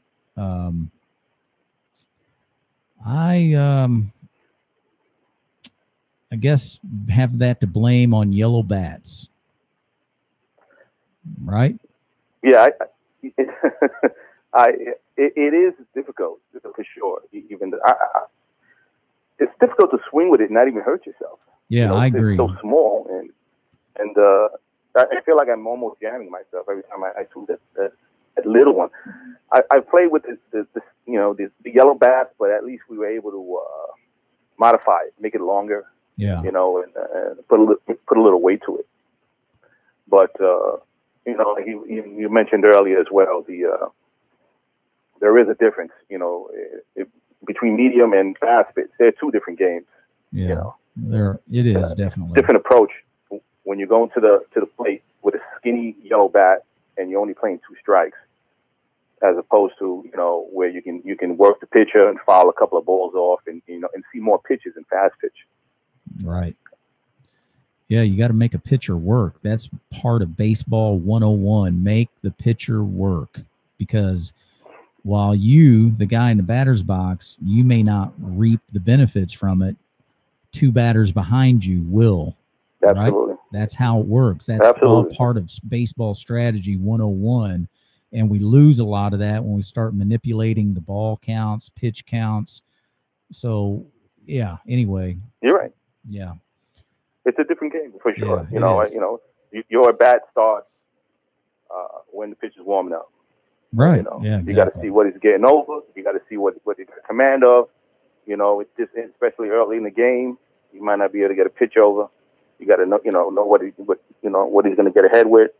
When it's full count, when it's 4-1, or you got to see what he's throwing to get over. So, one thing. Oh, I'm sorry to interrupt you, but the one thing I will say, I did see Ryan Bush throw. He was throwing, I would say he was probably throwing the hardest. He may have hit 90, but again, it didn't look that way to me. Maybe impossible to throw 90 with a new ball. Maybe physically impossible, but don't quote me on that. But Ryan Bush, I believe, was throwing the hardest of any guy I watched. No, Ryan could throw hard. That I know. Yeah. He played for me. Yeah. Yeah. All right. Well, you want to give us you feel like giving me a soundbite before we get off the air here? Sure. Absolutely. I'm Bumpy Martinez from the Palisades, and my favorite wiffle ball radio station is Plastic. How about doing that one more time for us? Cut out there. Say it again. Yeah, go ahead and do that one more time. Okay. Hey, I'm Bumpy Martinez from the Palisades, and Fast Plastic is my favorite wiffle ball station. All right. How about doing that once more, Bumpy? Do it one more time. Really? No, we're messing with you, man. You guys are messing with me? Yeah. Okay. All right, man. Ready? No. We're kidding you, man. Hey, thanks a lot for coming on tonight, and I look forward to getting you back on the show, giving us another rundown on this week in Palisades WBL. Absolutely, guys. Great show. Thanks for having me. Have a good one. You bet. All right. Oh, doing a little messing with him there. Yeah, we got to have some fun, don't we? Absolutely. So last week, Jimmy Cole on the show. Yeah. We had some rough stretches there with him, right? Yeah, we did. I met Jimmy over the weekend. Oh, did you? Yeah, it's great, man. Got to meet him, talk to him a little bit, and really nice guy. He'll be in Texas. He played excellent. Really? I really enjoyed watching him deal. hit. That guy can hit. Good deal. Yeah.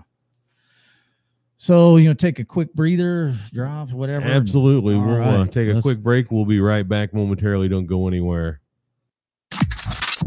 You're listening to the Fast Plastic Radio Network. Fast Plastic Radio Network.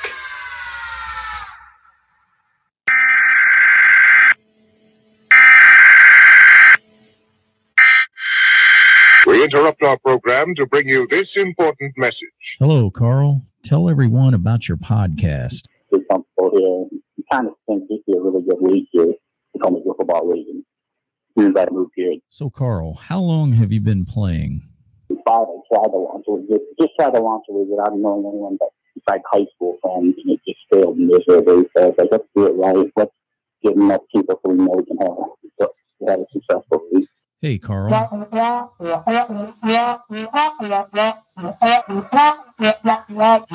FP fans, don't get coffeed. Make sure your phone connection's clear when you call the Fast Plastic Radio Network.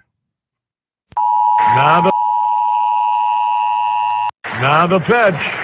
That's a high drive, deep right center, way back. Might be out of here. It's off the wall. 1 run is in. 2 runs are in. A third man scores. Do you want to hit like a pro? Big Flies, changing the way you play one bat at a time. Handmade, lightweight wood bats, custom designed to individual orders in Chico, California. You can reach Big Flies through Babs Big Flies on Facebook Messenger or simply by calling Kevin 530-513-7371. Big Flies, changing the way you play one bat at a time. Fast Plastic Radio Network. It's about the game. Welcome back to the FPRN. I'm JB alongside Billy O. How's it going? Going good so far. How's it going on the boards over there? Kind of a slow night actually over there. So is it? Yeah, we've got quite a few people talking, but nothing big. So they're just chilling. Well, I mentioned I met Jimmy Cole. Also met a few other guys from the NWLA ranks. Talked to Carl Coffey. Met him. Oh yeah. We kind of had a laugh about don't get coffee. He didn't take that personal then. I don't think so. Oh, that's good. Yeah. So, but yeah, you check out his podcast, the Two Whiffle Dudes podcast. They do a lot of work over there, talking all things NWLA and more. So be sure you check that out. Absolutely. Yeah, I'll have to check it out. I think they're over 100 shows or something like that. Yeah. They do a good show. Yeah. I've listened to a couple of them. They do a good show. May line him up later on, get him in here. We'll see what's happening. We'll have to make sure he's got a good phone line. We are definitely going to do that. If not, I'm going to have a company come out and plant a pole that he can climb, hardwired. I would say all we need is a long piece of twine and 2 tin cans. That too. Yeah, so. All right, well, I think it's that time, JB. Going to open the phone lines. All right, if you're out there and you're watching the show and you've got something you want to talk about, you can see the number on the screen. It's 618-200-9260. Pick the phone up and call us up here on Fast Plastic Radio Network and talk about what's on your mind. You can talk to myself and Billy O here. You can talk wiffle or whatever you want to talk about. You want to talk about the weather, we'll talk about the weather. Yeah, and get to the point, too. How much time do we have, JB? We got 10 minutes. 10 minutes. 10 minutes. And I'm going to put a 3-minute cap on here. If we don't have anybody in the 3-minute window, I'm shutting her down. Yeah, JB's a hard ass on our timelines here, man. You guys don't see all the hand signals I'm getting. I've been kicked in the shins. I've had lizards released up my shorts. I mean, you wouldn't believe I opened the door file cabinet and there's snakes in there. JB, you can't sneak anything by him, man. Got to stay on schedule. Again, if you want to call in and talk, 618-200-9260. You can reach us here in the studio, and we'll talk to you about whatever it is you want to talk about. Check out those tournaments out there, wiffletournaments.com, wiffleballtournaments.com. Austin, Cedar Park, Texas. Tim Dean's running one. Peter Monkaby's running a couple of tournaments out in Los Angeles area. Trying to get guys tuned up for Texas, so check those out. Southern California. Absolutely. And get out and play some ball. And we had 11 shares on the show last week, and that was a bad show. I mean, it was a good show, but we had some technical difficulties. So make sure you share this on your Facebook page. Let's get the word out. Let's spread it like wildfire. We had 500 and something views last week's show, and that was with technical difficulties that we got that many views. So we want to keep those views up. Keep sharing it. Tell your friends, tell your mom, tell your dad, tell your brothers, tell your brother's friends. And the thing is, JB, and you know more about this than I do, but we do 500, 600, 700 views, whatever that means on Facebook. That's one thing, but we're also broadcasting through other outlets as well. So we don't even count those. Was that fire alarm? Radio. I don't see any sprinklers going off. Oh, we got a caller. Okay, hang on a second. I'll put you on, okay? All right, you're on Fast Plastic Radio. Hey, it's Ed Packer calling in. Big fan of the show. All right, Ed, how you doing? I'm doing fantastic. I was just calling to talk some crap about this weekend. Oh, we're yeah? Going up to Tennessee we're going up to Tennessee to wreck some teams. All right, so you got your game plan all figured out on what's going to happen on this tournament, right? Yeah, we're just going to win. That's the game plan. All right, it sounds like you'll have to call us after the tournament next week and let us know how that went and how many teams went down in flames. What week are we going to have Billy O shirtless for the live feed? Well, if it gets hit any hotter in here in the studio, it might be tonight. But I don't know, man. Do I need to put a tip jar up here or something? There's a virtual tip jar you can put out online. Oh, yeah. It's like a PayPal type thing, and people toss some dollars in there. Well, I'll go shirtless if JB goes. Yeah, you guys don't want to see that. I'll be the first person to throw in money. Everybody listening would have to be shirtless as well. Well, I just don't want to show off my tattoo of tattoo. You remember Fantasy Island? I've got a tattoo of tattoo on my back. So I've got a old tattoo. It's starting to fade. It's a tattoo of skin right here.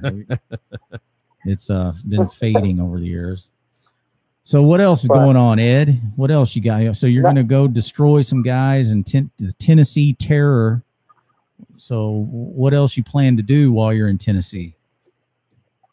Probably drink a little bit. Yeah. Not really sure what else.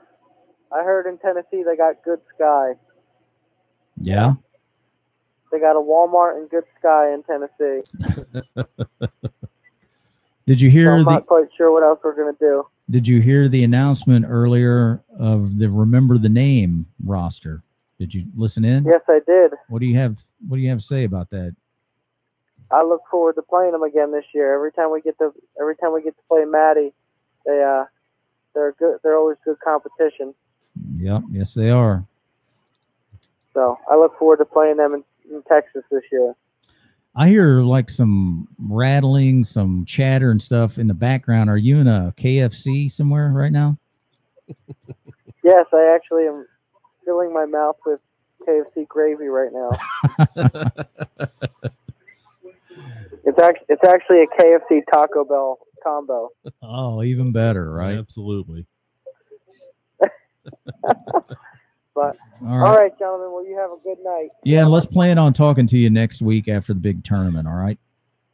Sounds good. I'll call in. All right. See you, All right, Ed. Ed. Have a good one. All right, see you later, guys.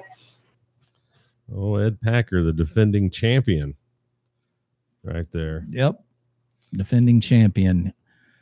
I think he ate 125 wings in 1 hour. 1 hour. That's a lot. Who's going to beat that? I don't know. I mean, maybe we get him teamed up with, what was the guy's name? Won the Nathan's hot dog eating contest July 4th. What they say he ate like 100 and something hot dogs in 7 minutes. Was it an Asian guy? No, he was an American. Oh, okay. Yeah, like 100 and something hot dogs in 7 minutes. That's crazy. I don't understand that. I don't either. Yeah. So, all right. Lines are still open, 618-200-9260 if you want to call in. If you don't, we've got 4 minutes to go. And if we don't get a call here within a minute, we're going to go ahead and shut her down for the night. And we'll catch you guys next week. So we've got a minute to go if you want to call. Yeah, next week, guys, show next week. We will have JB, myself, of course, always in studio, Joel DeRoach, and Jordan Castelli. There you go. NWLA MVP, as well as could be another surprise guest getting in. And as always, Millsy from wiffleballtournaments.com. That's will right. Be on to tell us about the tournaments coming up. Old Millsy. Maybe he'll pull a rabbit out of his hat when he's on next time. Yeah, that'd be good. All right. Well, let's call it. Let's do it. All right, guys and gals out there in the wiffle ball land. Until next week, this is JB, and for Billy O saying we're out of here. We'll catch you next week. Until then, keep it safe, keep it real.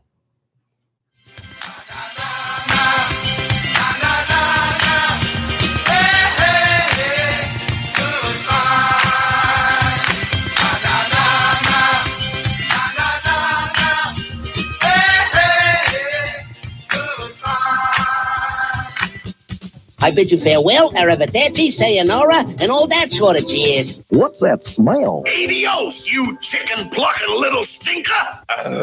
Come on! Quit stalling! As I was saying, Buster, this planet ain't big enough for the two of us, so off you go! Well, I can't do any more damage around this popsicle stand. I'm out of here! Fprn Succotash, I wish you'd reconsider. We hope you enjoyed the show. When I say whoa, I mean whoa! Do I hear amen? You're mocking me, aren't you? Darn, that's the end.